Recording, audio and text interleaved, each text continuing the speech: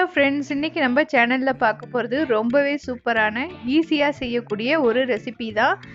Beetroot கடலைப்பருப்பு கூட்டு எப்படி செய்யலான்றதை பார்க்கலாம். நான் ஒரு பீட்ரூட், அதாவது 100 கிராம் அளவு இருக்கும், அந்த பீட்ரூட்டை தோலை சீவிட்டு நல்லா பொடி பொடியாக நறுக்கி வச்சுருக்கேன். இது கூட ஒரு கைப்பிடி அளவு கடலைப்பருப்பையும் கழுவி போட்டிருக்கேன். இப்போ மஞ்சத்தூள், காரத்துக்கு ஏற்ற மாதிரி மிளகாய்த்தூள், சின்ன சைஸ் வெங்காயம், சின்ன சைஸ் தக்காளி. இல்லை சின்ன சைஸ் போடலைன்னா நீங்கள் ஒரு தக்காளியில் பாதி நறுக்கி போட்டுக்கலாம். எல்லாத்தையும் போட்டுட்டு குக்கரில் ஒரு 7-8 விசில் வேக வச்சுக்கலாம். ஏன்னா கடலைப்பருப்பு வேக நேரமாகும், அதனால தான் 7-8 விசில் சொன்னேன்.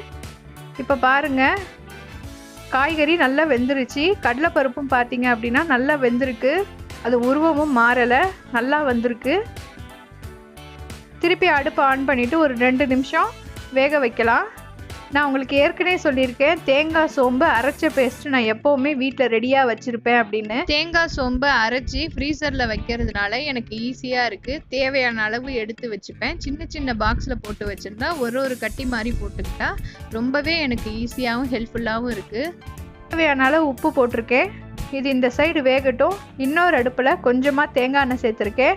தேங்காய் எண்ணெய் நல்லா சூடானதுக்கப்புறமா கடுகு, வரமிளகாய், கருவேப்பிலை போட்டு தாளிச்சிடலாம். கடுகு நல்லா பொரிஞ்சிருச்சு. இது கூட கொஞ்சமாக கருவேப்பிலையை போட்டுக்கலாம். கருவேப்பிலையும் பொரிஞ்சிருச்சு. இதை இப்போ கூட்டோடு சேர்த்துக்கலாம். நீங்கள் கூட்டுக்கு தேங்காய் எண்ணெய் இந்த மாதிரி ஐட்டங்களை யூஸ் பண்ணும்போது நல்ல வாசனையாகவும் இருக்கும், டேஸ்ட்டு செமையாக இருக்கும். பாருங்கள், நிமிஷத்தில் ரெடி ஆகிடுச்சு நம்மளோட கலர்ஃபுல்லான பீட்ரூட் கடலைப்பருப்பு கூட்டு. வேலைக்கு போகிறவங்க, ஆஃபீஸ் போகிறவங்களுக்குலாம் லஞ்ச் பாக்ஸுக்கு ஈஸியாக செய்யலாம். இந்த ரெசிபி உங்களுக்கு பிடிச்சிருந்தா லைக் பண்ணுங்கள், ஷேர் பண்ணுங்கள். இன்னும் ஜானிஸ் கிச்சனை சப்ஸ்கிரைப் பண்ணாதவங்க சப்ஸ்கிரைப் பண்ணிக்கோங்க.